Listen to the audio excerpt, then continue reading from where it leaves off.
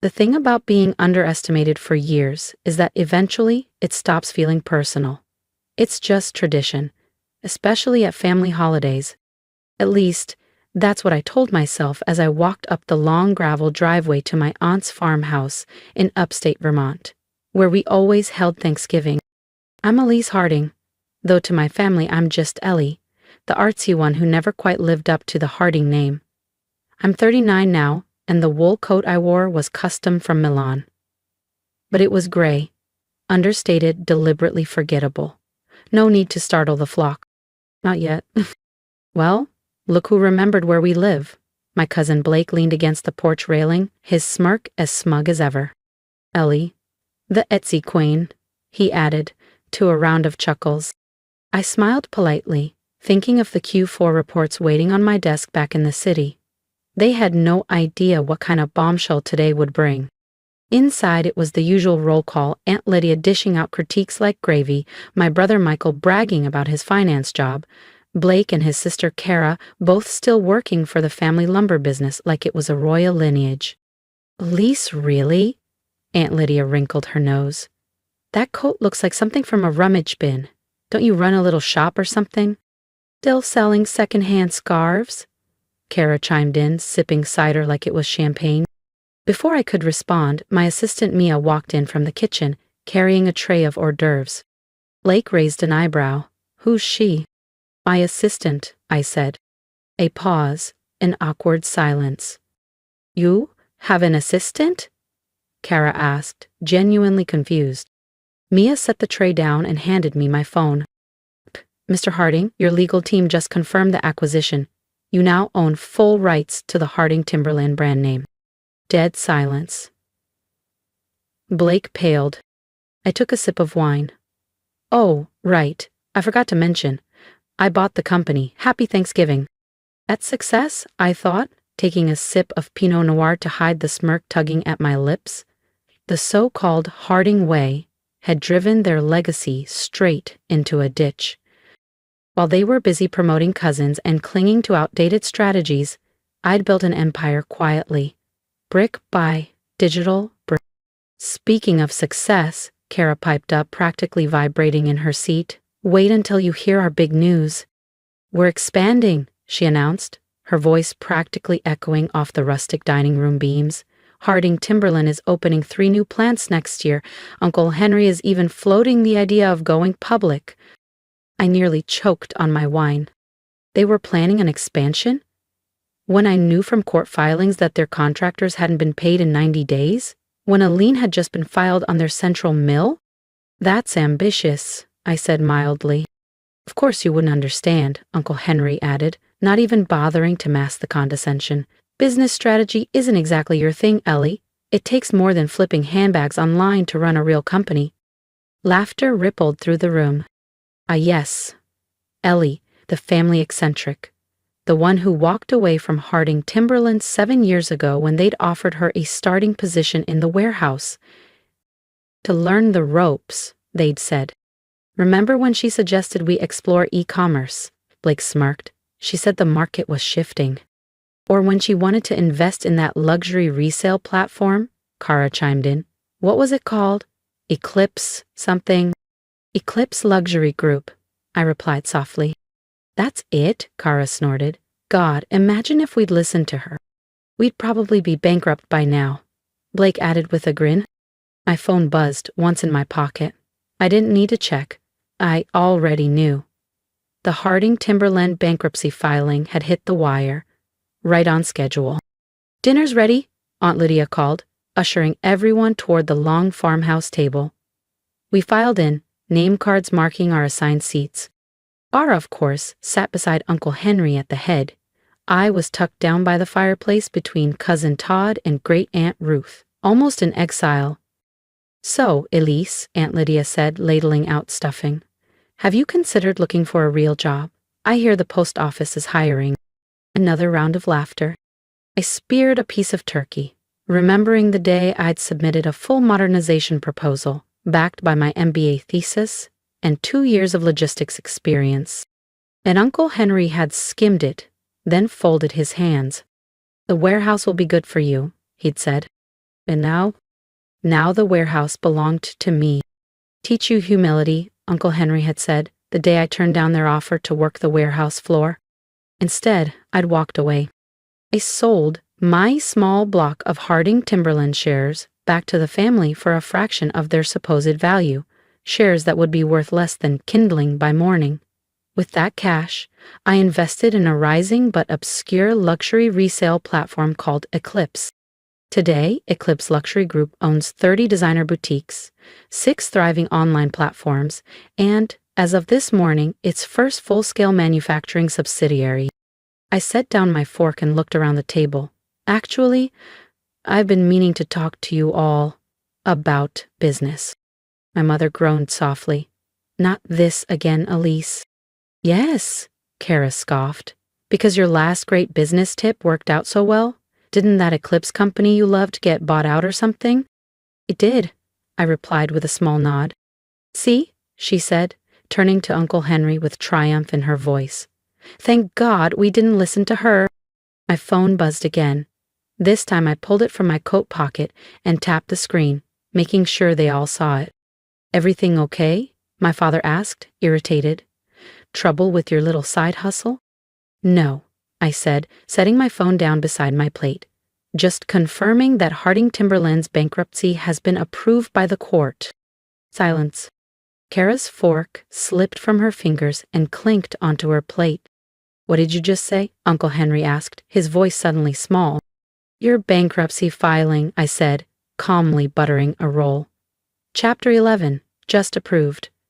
Though with your current liabilities, I imagine it'll be converted to Chapter 7 by next quarter. That's not possible, Blake said, panic rising in his voice. How would you even know that?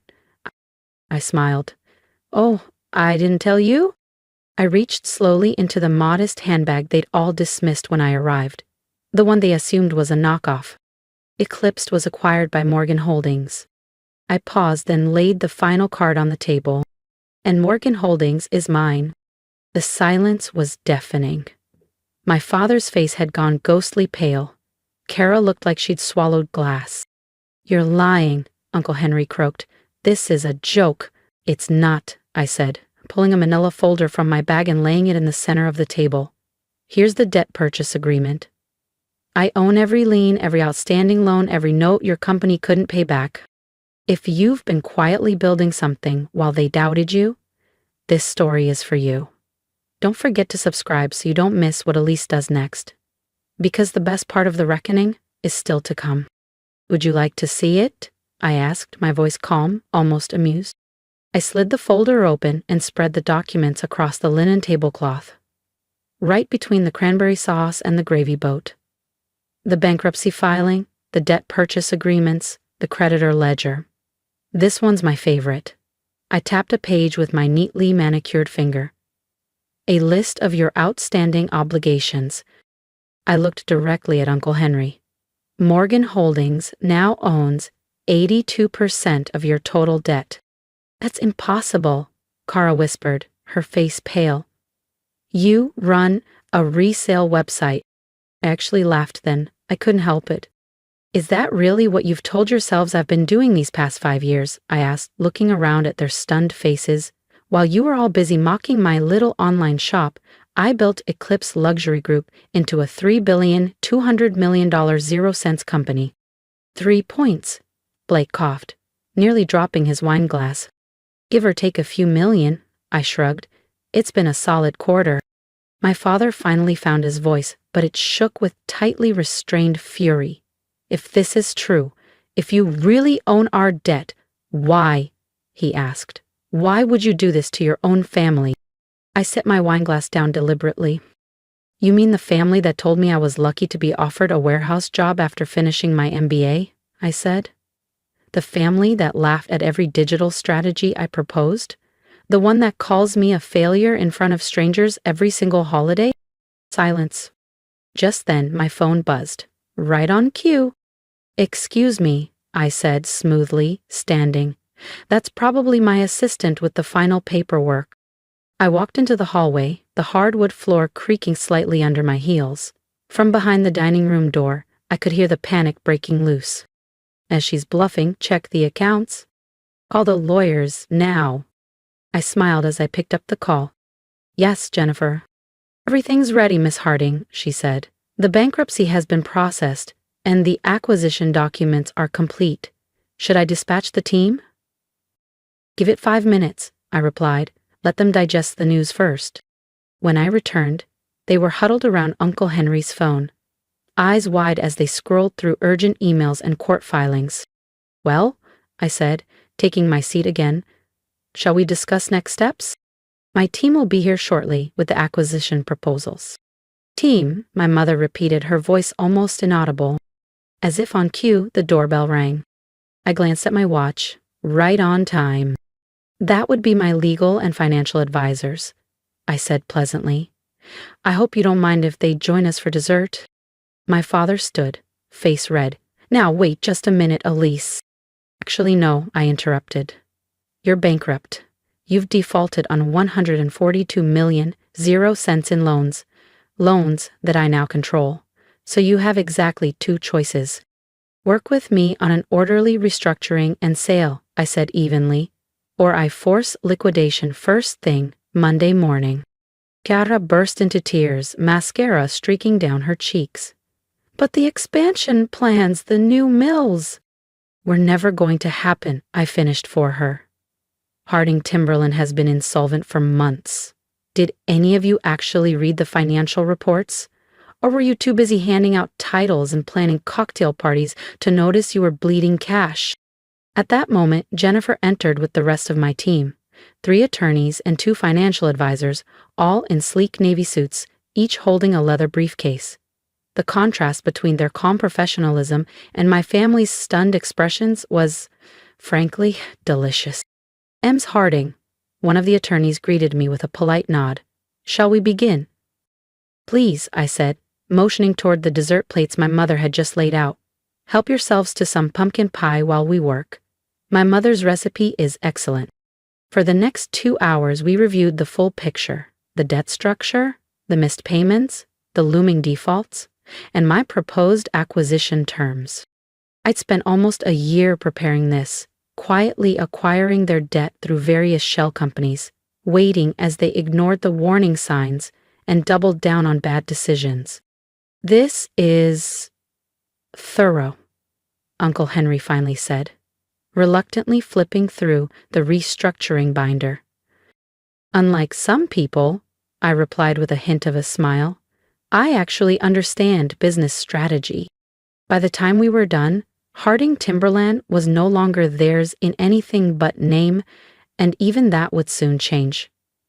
I'd offered terms that were generous, given the circumstances, but no one at that table was left uncertain about who controlled the future now. As my team packed up their documents, I stood and addressed the room. Mo, I said. Kara, Blake, Todd, your positions are being eliminated. Please clear out your offices by Monday. You're firing us, Cairo shrieked. We're your family. No, I replied coolly. I'm firing underqualified managers who were promoted through nepotism. But if it helps, I hear the post office is hiring. I smoothed the front of my simple gray dress. Plain by choice, a symbol of restraint, not lack.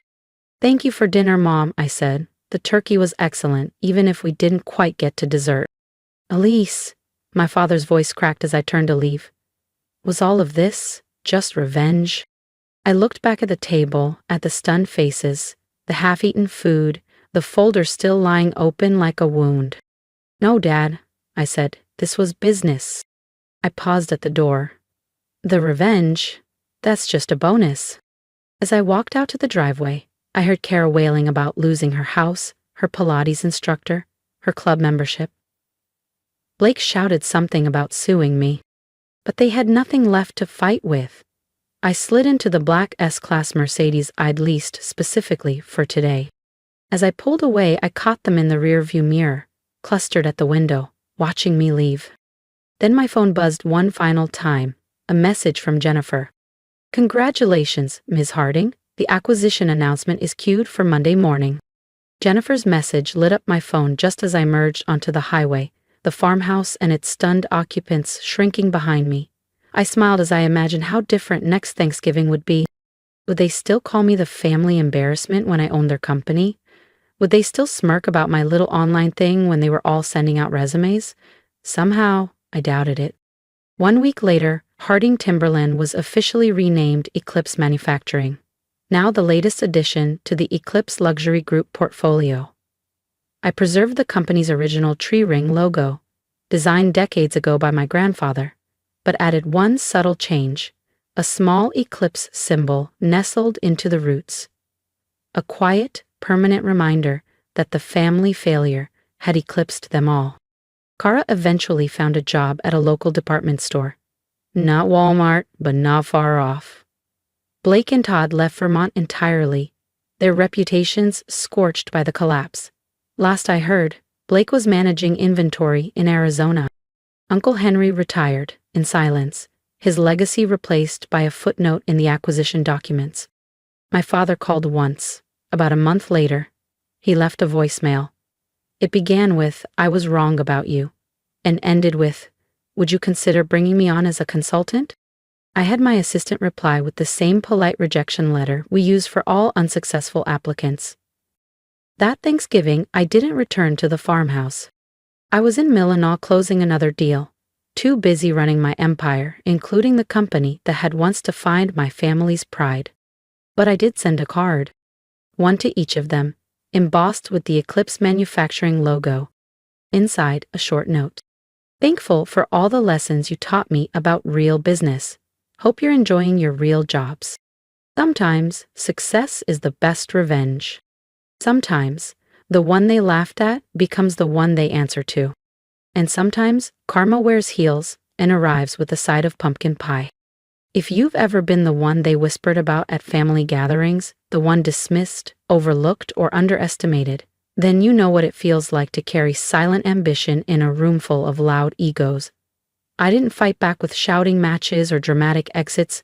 I built quietly, steadily, behind the scenes, and now, I stand not in spite of their doubt, but because of it.